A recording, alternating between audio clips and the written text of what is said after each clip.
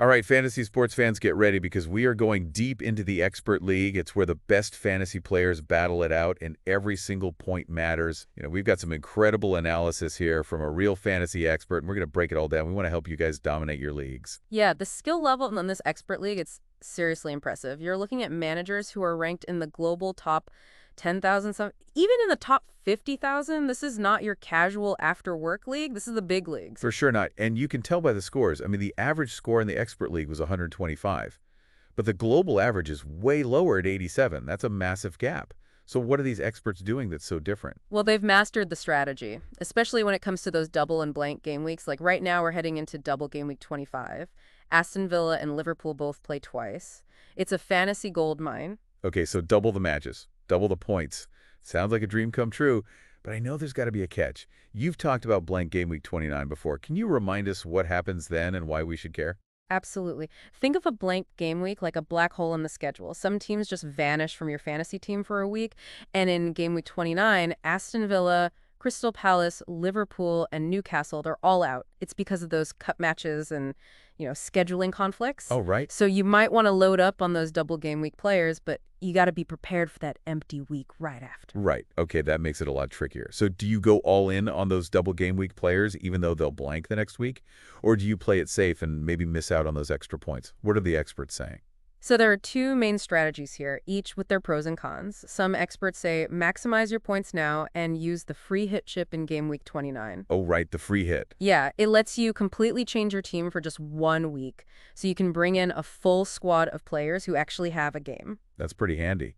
But I'm guessing there's a downside to using it so early? You got it. The other approach is to save your chips for later. There might be even bigger double game weeks later, or, more important, blank weeks. So it's a classic case of short-term gain versus long-term strategy. Got to weigh those options. So let's get into what these experts are actually doing with their teams. What kind of transfer trends are you seeing? Unsurprisingly, Aston Villa players are super popular right now. Their manager, Emery, is actually the most transferred in this week. 27% of experts added him. Emery, the manager. Yeah, I remember in fantasy you get points for how your manager's team performs. Oh, that's right. So it's not just about the players, but also the brains behind the operation. What about the players themselves? Who are the hot picks? Well, Ollie Watkins is leading the way. 17% of the experts added him to their squads. He's been on fire this season, 11 goals and 4 assists already. And with that double game week coming up, he could score a ton of points. Wow. Yeah, he's been great. Another popular choice is Jacob Ramsey. 15% went for him. He's creative, and he's always a threat in attack from midfield. So Aston Villa, the team to watch right now. But who are the experts getting rid of? Who are they selling? Anthony Gordon and Lewis Hall are the two big names. Gordon's form has been inconsistent lately, so he's a bit risky for a crucial double game week. And Hall, even though he's solid, faces a dip in clean sheet potential, which, directly impacts his fantasy points. Oh, yeah, that's true. Every little detail matters. So we've got double game weeks, blank game weeks, transfer trends. Feels like a lot to keep up with. It definitely is, and we've only scratched the surface. Don't worry, we're here to help you through it. Awesome. So let's dive a little deeper into how these experts are preparing for those upcoming double and blank game weeks. You said double game week 25 is the big one.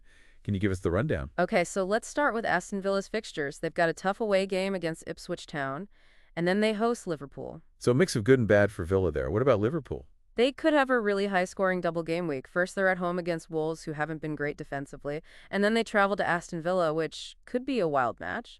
Okay, so anyone with a triple captainship still up their sleeve should be thinking about using it on a Liverpool player, right? Definitely. It's a chance to get a massive point boost, especially if you haven't used any chips yet this season. Double game week 25 is the time to do it. Yeah, I could see that. But then we have that blank game week 29 right after. Can you remind us which teams are blanking and why it's such a big deal? For sure. So Aston Villa, Crystal Palace, Liverpool, and Newcastle are all expected to blank. It's because of the Carabao Cup final and some other scheduling issues. If you got a lot of players from these teams, you're going to have a lot of empty slots in game week 29. Ouch, that could be a real problem. So how do you handle that? This is where those different opinions about the free hit chip come in. Do you use it in game week 29 to make sure you have a full team, or do you save it hoping for an even better opportunity later? That's a tough one. What should people consider when making this decision? It depends on your strategy and how much risk you're willing to take. Game week 29 is the biggest blank game week of the season. So using your free hit then guarantees you won't be scrambling for players last minute, but it means you don't have it later. Right, playing it safe versus giving your options open. What are most experts doing? It's pretty divided. Some say use it in Game Week 29. They say it's important to have a full team and not fall behind in the standings. Others say be patient and save that trip for a better double game week later. Or be a real nail-biter. Doesn't seem like there's a right or wrong answer. Exactly. It all depends on your risk tolerance and your long-term plan. I guess that's what makes fantasy sports so interesting. Every decision matters. Yeah, and that's what makes it fun too. Okay, well, we've covered a lot already, but there's still more to talk about. We'll be back to discuss those later double game weeks, captaincy choices, and even sneak a peek at the experts' team composition. Stay tuned.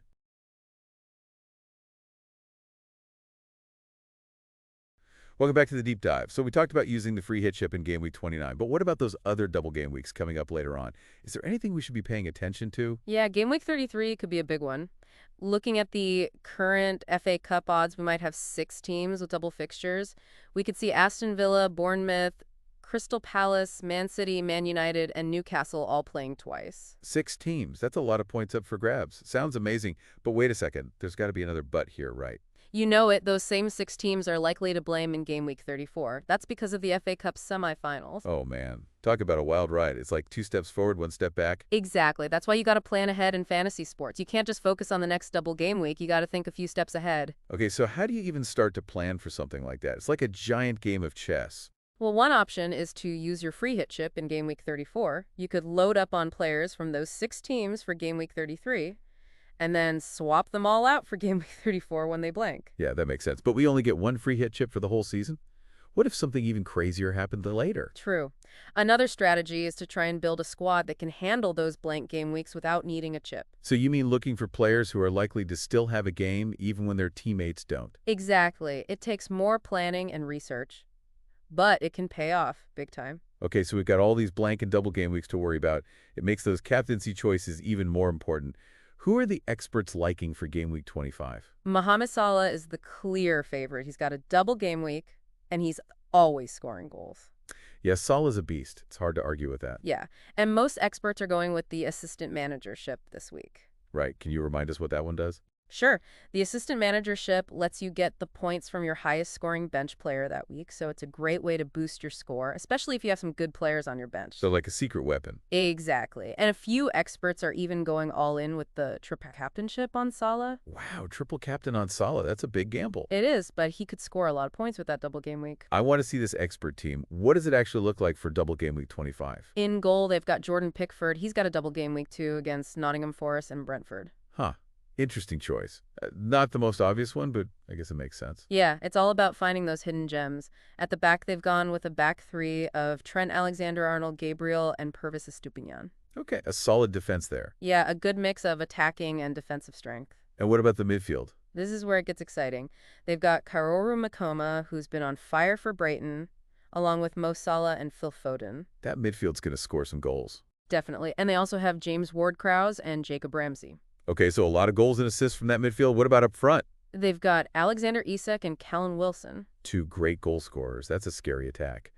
Okay, and who's on the bench? They have Leander Dendoncker, who's currently injured, Lewis Hall, and Brennan Johnson.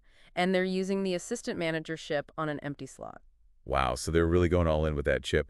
Okay, so what are some key takeaways from all this? What advice would you give to our listeners as they get ready for Game Week 25? Well, a lot of experts said it's important to balance short-term gains with your long-term strategy. It's easy to get caught up in the double game week hype and make some bad transfers. You got to think about the big picture. Right, you don't want to ruin your whole season for a few extra points now. Exactly. Another thing they talked about was the importance of free transfers. They can be really valuable, especially when you're dealing with blank game weeks. So don't waste those free transfers if you don't have to. Right. And finally, there was a lot of debate about Aston Villa players. Yeah, with their double game week and then that blank, it's tough to know what to do. Yeah, some experts are all in on Watkins and Ramsey. Others are more cautious. It really comes down to how much risk you're comfortable with. So it's a gamble either way. You have to weigh the potential reward against the risk. That's what makes fantasy sports so interesting. It's all about making those tough choices and seeing how they turn out.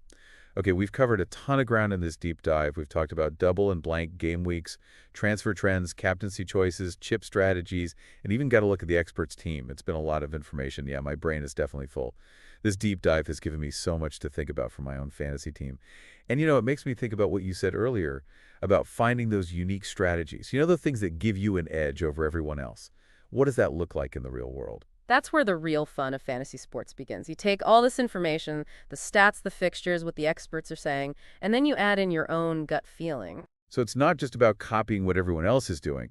It's about finding your own way to win. Exactly. That's what separates the good managers from the great ones. They're not afraid to think differently, to challenge the norms, and to trust their instincts. So sometimes the best moves are the ones that no one else sees coming. That's right. It's about finding those hidden gems, those players that everyone else is undervaluing. You know, the ones who are about to have a breakout season? I bet that takes a lot of research and analysis. It definitely does. You have to be willing to put in the time to look at the stats, watch the games. You really have to understand the game inside and out. But it sounds like it could be really rewarding. Oh, it is. When one of your bold predictions comes true, it's the best feeling. So for our listeners who are ready to take their fantasy game to the next level, what's one piece of advice you would give them? Don't be afraid to try new things. Experiment, challenge yourself, and most importantly, have fun.